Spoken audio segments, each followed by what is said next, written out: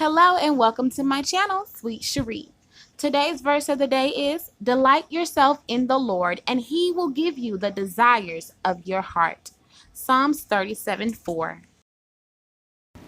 Today we are reading Craftily Ever After, Tie-Dye Disaster. Written by Martha Maker, illustrated by Cindy Yan. Chapter 1. The Call.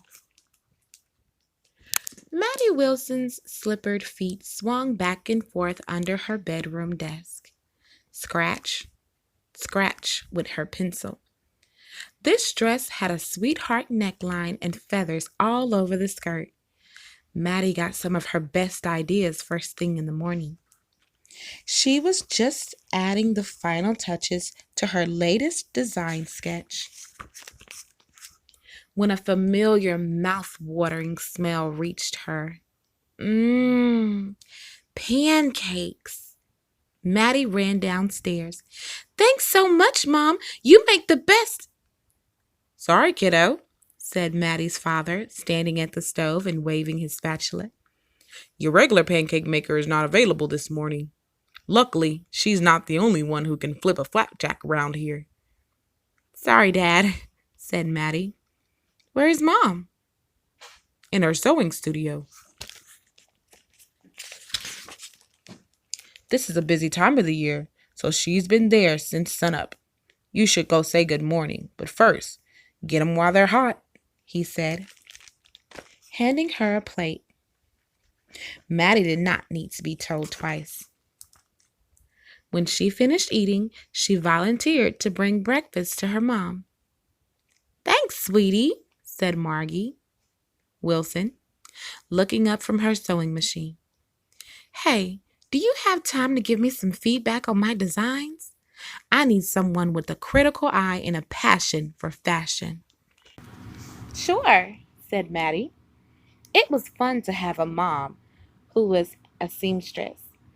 Maddie thoughtfully studied several pencil sketches with swashes of fabric taped to them. That dress would look amazing if you would add some sequins to the hemline, and maybe using a brighter color like coral would make it pop. Just then, Maddie's dad burst in holding a phone. It's him, he whispered. Maddie's mom quickly grabbed the phone. There was a lot of yes, sirs, and thank you, sir. Then, oh, soon? So soon?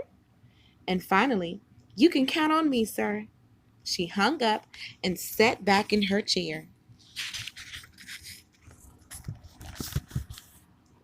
I still can't believe he hired me, she said. Who? Said Maddie. Mayor Barnstable, explained Maddie's mom. He asked me to create a custom-tailored suit for him to wear to the unveiling of the new town hall. Wow, said Maddie. That's huge. Yeah, huge and terrifying, said Maddie's mom. I just learned that the big event is Saturday night. That's less than a week away. You can do it, Mom, Maddie said confidently. Suddenly, she had a thought. Wow, this could make Mom famous. And if she gets famous, will that make me famous? Chapter 2. Some colorful inspiration. That night, Maddie drifted off to sleep, still thinking about her mother's important new client. She wondered if mayors had red carpets like movie stars. She pictured reporters and photographers begging the mayor for details about his famous outfit. My designer? Of course. It's Maddie and Margie Wilson. They're the best in town. Maggie imagined boarding a private airplane with her mom, rushing off to help dress someone famous and fabulous. What a team they'd be, traveling the world, and all the stars begging, Maddie, Maddie, you must design for me. Please, Maddie, Maddie, Maddie. Huh? Maddie opened one eye. That must have been some dream, said her dad. He was standing in her bedroom doorway. I've been calling your name for a while. It's time to get up for school. Maddie arrived in class just as the bell rang. She slid into her seat and grinned at her best friends, Emily Adams, Bella Diaz, and Sam Sharma.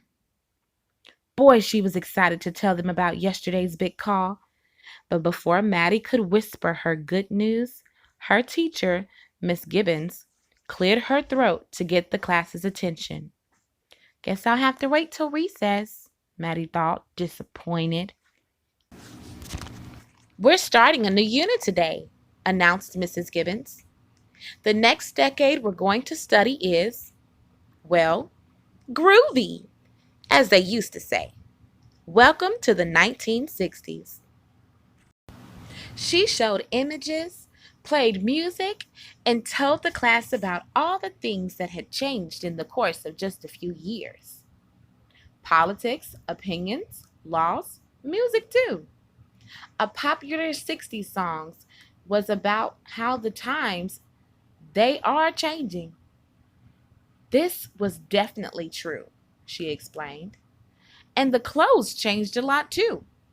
Some of the styles, well, they were pretty out there. The classroom exploded with laughter at some of the outrageous clothing Mrs. Gibbons showed on the screen. Jeans with giant flared bell bottoms, dresses with neon colors and crazy patterns, jackets with wings of pseudo, fringe, and beaded peace signs. But other fashion trends looked surprisingly familiar. Hi, said Corey. I have a shirt like that. Mrs. Gibbons smiled. That's tie-dye. It was very popular in the 60s. Cool, said Maddie, practically bouncing in her seat. Mrs. Gibbons' presentation had given her a great idea. Now she had two exciting things to tell her friends. At recess, Maddie's friends were impressed by her news, as she hoped they would be. Are you going to meet the mayor? Can we meet the mayor? Asked Emily. Maybe, said Maddie. Oh, and I have an idea for our next crafting project. The four friends met regularly to do crafts at their crafting clubhouse, otherwise known as the old shed they had fixed up in Bella's yard. How about we do tie-dye? You know how to do tie-dye? Asked Sam. Sure, said Maddie. My mom taught me. You just bind clothes with rubber bands or string and dip it into dye. Where the fabric is covered, the dye can't reach, so you get a pattern. They all started talking excitedly, and soon it was decided. They would each collect old white clothing and fabric scraps at home and meet at the clubhouse the next day after school. Chapter 3, On the Hunt. Today's your lucky day, said Emily's mom when she asked about possible items to tie-dye. I was just weeding out some old things. She pointed to a pile of clothing. Take whatever you like. Emily found two of her dad's old white t-shirts. One had a lot of holes, but the other was just right. Perfect, she said. Sam, however, quickly discovered a problem. His artistic family favored bright colors. He could not find anything light colored except, can you tie-dye socks? Sam asked. Maybe you could also try this, said his dad, holding up a length of thick fabric. It's an old painting cloth, so there's some paint on it, but I still think it could end up looking pretty cool. You mean groovy, Sam corrected his dad. Maggie dug around her closet until she found an old white dress. She had worn it almost every day last summer, until she had accidentally squirted ketchup all down the front mid hot dog bite. Maybe I could hide it under some colorful dye, Maddie thought. She went to her mom's sewing room to get a second opinion.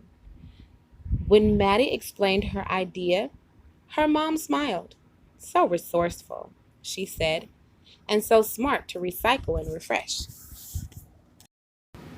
Speaking of fresh, said Maddie, did you come up with a fresh idea for the mayor's outfit?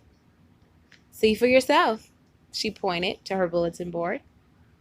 Oh, said Maddie, not sure what else to say. The sketch looked like a basic regular suit. I decided to go with a solid navy, continued her mom. I think it will look really sharp in pictures. Maddie knew that her mom had a good point, and she did think the suit looked sharp, but she couldn't help feeling worried for her mom. The suit might photograph well, but it was also pretty boring. There had to be some way to jazz it up. What if you took some funky buttons and...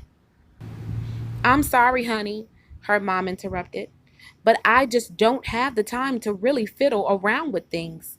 I've already purchased everything I need, and with only 4 more days, time is of the essence.